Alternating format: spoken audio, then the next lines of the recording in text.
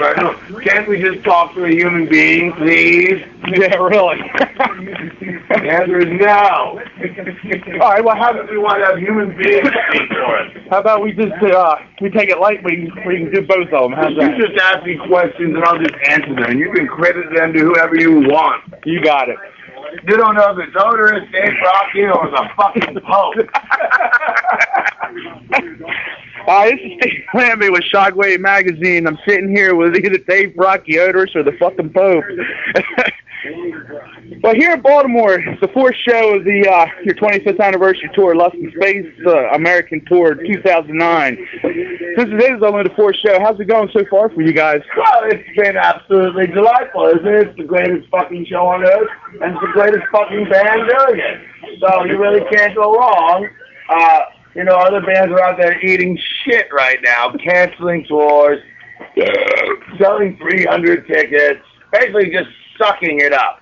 And everywhere GWAR goes, it's fucking completely kick-ass. And tonight will be no exception. And as far as the show itself, well, of course, it's been nothing but a tremendous triumph every night. It's our 25th anniversary. We wouldn't let the people out there have anything less than everything. So that's exactly what we're doing. We don't care if it's a confusing, bloody mess.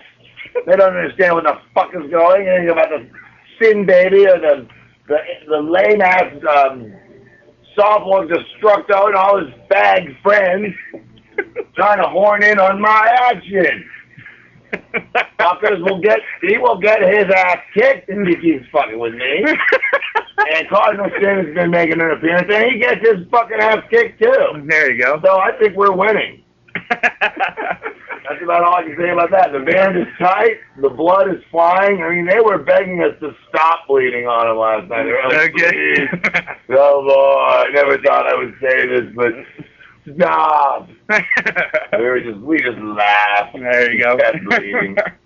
Well, the new album, Lust in Space, has been a success already, starting out in the charts. Well, it immediately plummeted to actually a negative number, if you can believe that. No. Really? No. Oh, well, but it's not. I mean, we did okay. We actually were on the Billboard charts the first time ever. Now, what people don't understand about that, you actually used to have to sell albums to get on the Billboard charts. You really don't have to do that anymore. Now that, like, so many people buy their records digitally, downloading them, or just steal them, which is what most people do, you know, you don't have to sell many records to get on the Billboard Top 100. I remember we sold 38,000 America Must Be Destroyed in 1994, and that got us actually up to we were on like 197 now on the Billboard Top 200. This time we debuted at 96, but actually sold far less records. So you make sense. If someone can make sense of that to me, please. Or maybe even after they've made sense of it, explain why it's relative at all. Right. You know? And I'm going to sneak another bite into whoever left this Parmesan sandwich over here. Excuse me. Yes, it's true. I like babies. I do like eating babies, but I do like a good veal parm. Oh. Yeah. Well, just recently you I'm scared shitless to be around him now. I don't know. I'm freak. Yeah. They told me not to kill members of the press, and that's why I'm doing so well on Fox News, because they told me not to eat the host and sodomize the producer. And so I felt like I was being stifled artistically. Sodomy is a right. But I decided to compromise a little bit. And so I said, well, you don't want me to kill him and you don't want me to sodomize her. What if I just sodomize her and I won't kill him? They're like, okay, Odorous is trying to meet us in the middle.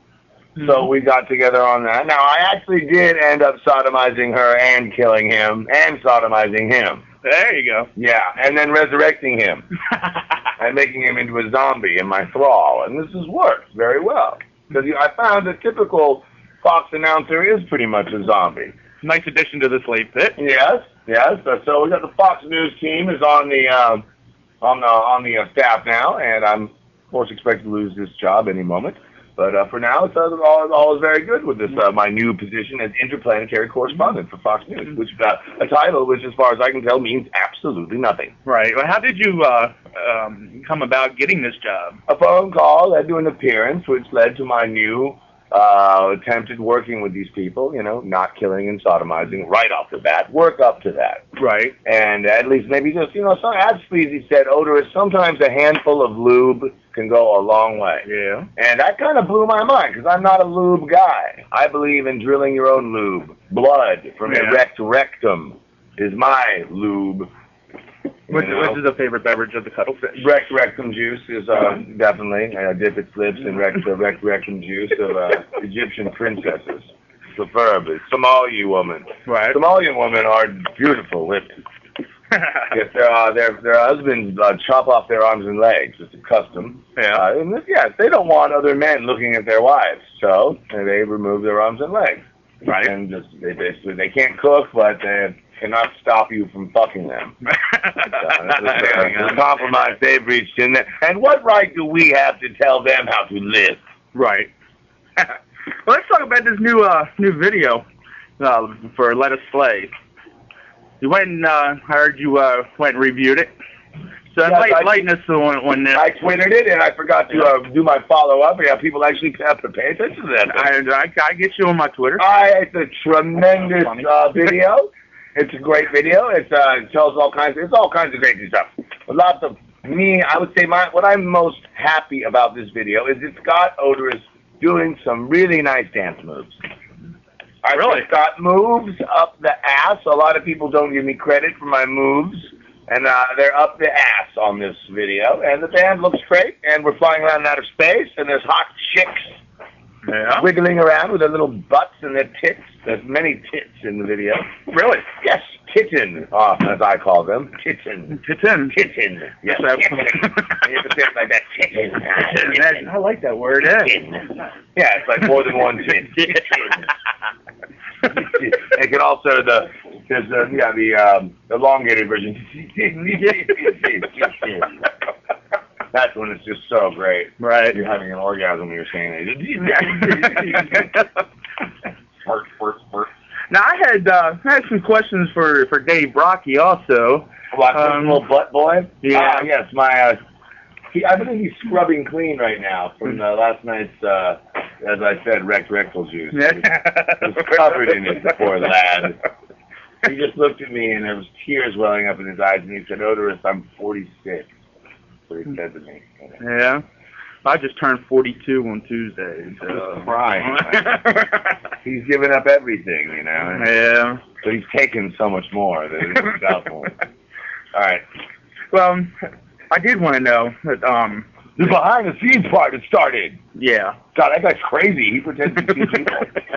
I wanted to find out just how this whole GWAR thing came about, the whole concept. No, one of these. I mean, no. I just see. I believe me, I know what you're talking about. Just kidding. How did it all come about? What is? Besides sitting around the bong tree.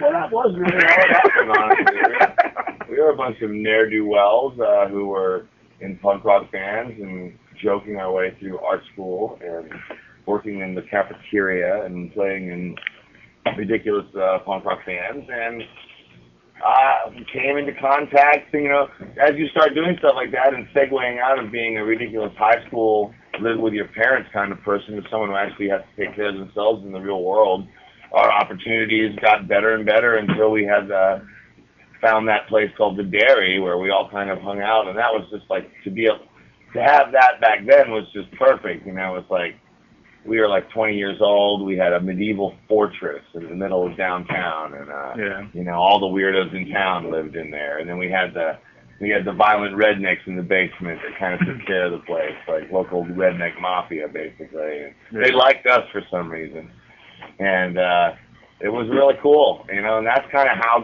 when you have an environment like that, and then, you know, you put on top of that the whole VCU. There was a really good art school there that was affordable for most people, and anyone who wanted to get into art and fine arts who lived in Virginia and couldn't go to an out-of-state school, that was why they went there. And that went hand in hand with a really good heavy music scene, you know. So there was just like this cool little crux point of like the art school the music scene and just the affordability and the accessibility of the community. Right. And anytime you create something like that, you're going to draw a lot of creative people in there, and as a result, it's created a GWAR as well as a lot of other really cool things, but mostly GWAR because that's the coolest. Well, now, you know, your stage, the whole stage environment and everything. I mean, how much effort does it go into to get creative, to come up with what you've come up with throughout the years? I mean, I guess what I'm trying to say is endless effort from tons of people. You will never be able to comprehend. I've spent my life doing it, and I still couldn't comprehend it because, yeah, the amount of time and effort involved making any kind of, but not, you know, this production work is tremendous. Yeah. But really, any production that's worth a damn that has something to offer people and doesn't suck. You know, basically things are as good as the amount of time and care you put into them. Right. So it doesn't seem like an effort when it's compounded with lack of inspiration for what you do. It could be a soul-killing endeavor. When you're like us, you don't have to deal with that because we actually do what we enjoy for a living. Yeah. And certainly we might not have had that extremely excellent level of financial success that we would hope for just yet, but at the same time, we know we've never sucked in the pursuit of that or even really made that a goal. Yeah. We just figured that would happen if it was destined to. And hopefully, you know, it will in our lifetimes. It wouldn't surprise me if it didn't, though. Right. You know, fucking Van Gogh didn't sell a painting his whole life. I think there's something very romantically appealing about that. Right. You know? It's easy to value your integrity when it's the only thing you've got, I tell you that. But it's a sweet thing to have, and whatever kind of ruin our personal lives might have been, and I don't think anyone really has moral high ground on anybody else, I believe our work ethic has always been pretty much matchless. And that, even if you don't like what GWAR does, I think that, or if you're not a GWAR fan, right on, even if you're not a GWAR fan, you have to respect that and you know, use that as a barometer to inspire your endeavors. You know, things are gonna be as good as you things are gonna be as good as the amount of effort you put into them. Right. Now, to move this along, because I know you got to get out there. One question I was curious about is you had said in an interview, and it's not being on an egotistical level, but you said, you know, GWAR could go on for years because each person is under the same thing. Do you really think it can continue if you couldn't do it no more? Honestly, I would hope that it would. I'll tell the world right now that I am keeping my eye open for someone that could. I'm not even really thinking about that yet, though, because I think Odorous has got at least. I think I've got at least another. I mean, I could potentially do the Odorous character, and hopefully would do the Odorous character until the very end of my life. Right. And hopefully be buried in Odorous costume. I think that would be like the have it retired with you. Yeah, like they have a viewing and put Odorous in the earth. I think it would be like the raddest. And you know, there would be at some point, I suppose, I would have to, you know, have a and perfectly, it would be my son that would replace me. We would have the son of Odorous, and hopefully GWAR could continue on. I really think that could happen. I like that. That's a cool idea. It's really not that crazy of an idea when you think about it. Ringling Brothers have been dead a long time, but damn if they don't come to town and do the circus every year. Yeah, you got that right. So, you know, it's a lot like, you know, it's more to do with Beatlemania than the Beatles. You know, we're a musical, you know, so narrative is completely different than a regular rock band. But honestly, I do think GWAR works best when it's really hitting as the rock band, because, you know, it's like it's taken a long time for, I think, the music to catch up with the art. And I think finally we have the synthesis of both of them, you know, really hitting equally. And that's taking it to new places. So it's always exciting to be a part of it. Sweet. Real quick, 3 more. I'll try not to be so long-winded. That's okay. That's okay. Raw. Either one of you guys smoke? No, I don't. No, sorry. That's all right. I tried my cigarettes as you heard. Right. Non-project hasn't happened in years, but I'll answer questions about it. Well, I just was wondering if it would ever, you know, come about. I doubt it. We have new ideas for new side projects side projects are usually things that are planned on years in advance because the thing is about rock that might make it happen again is that it's so easy to do. It's something you could bring back at any time. Right. Because they just play GWAR songs. And, right, okay. You know, it'd be funny. But it's interesting, even when we do a version of GWAR without costumes on, even then we like make up characters for some reason. Vinny Galaglione and all the other, Mo Lester and all the other. Yeah. Very strange. Very strange. But how much of Dave Brockie is Odorous and how much Odorous is Dave Brockie? Oh, they're almost interchangeable at this point. They're pretty much the same person. Really? You know, I have to go back and forth, you know. All the world's a stage and we are merely players. Sometimes I have 6, 7 interviews a day plus a show. So, you know, it's sometimes, you know, it's just like sometimes it's easier for me just to stay in character. I understand that. And I didn't roll like that, and, you know, I have a loud voice, and Odorous is, you know, a very unreasonable person at times, and, you know, and I think most people who know me would say that I'm the exact same way. Right.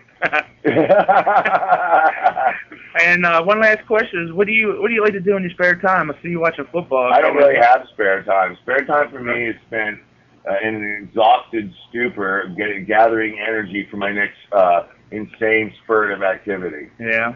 Maybe about once a year, I'll get a vacation.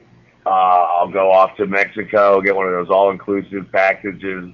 You know, take my woman and go snorkel for a week. Right. Yeah. And I like to snowboard and I like to golf. So I do have other little things that I do, but honestly, when GWAR's hitting, I don't have time to do any of that shit. I understood. Yeah, I used to golf a lot. If you look back at my websites and stuff, I used to have all kinds of golf adventures, and I just wasn't. I'm the kind of person I got to get better at shit, and I would get worse at golf. So yeah, between the Redskins and GWAR, I'm pretty much stayed up. Does Odorous have any other final words like to say to everybody? Is this Baltimore? Yes. Well, hell yeah, you know. Baltimore is a city that is presented in the media as people can't read. They're totally riddled with syphilis. All the TV shows that come out of here are just pages depiction of Baltimore as this bleak, horrible urban war zone where the bodies are piled up in abandoned tenement buildings. And I'm just here to say I don't give a shit about all that. I love the crab cakes. There you go. Baby crab cakes. I love that shit, and I love Baltimore. We're gonna have a great fun motherfucking show tonight. And hell yeah, 25th anniversary of GWAR. We appreciate Baltimore for supporting us all that time, because you guys have been here from the very beginning. So hail GWAR, and hail the syphilitic, crack-smoking, poor, illiterate motherfuckers of Baltimore, Maryland. Thanks so much, man. All right, brother. Appreciate it. That was fun. Appreciate it. Thank you very much.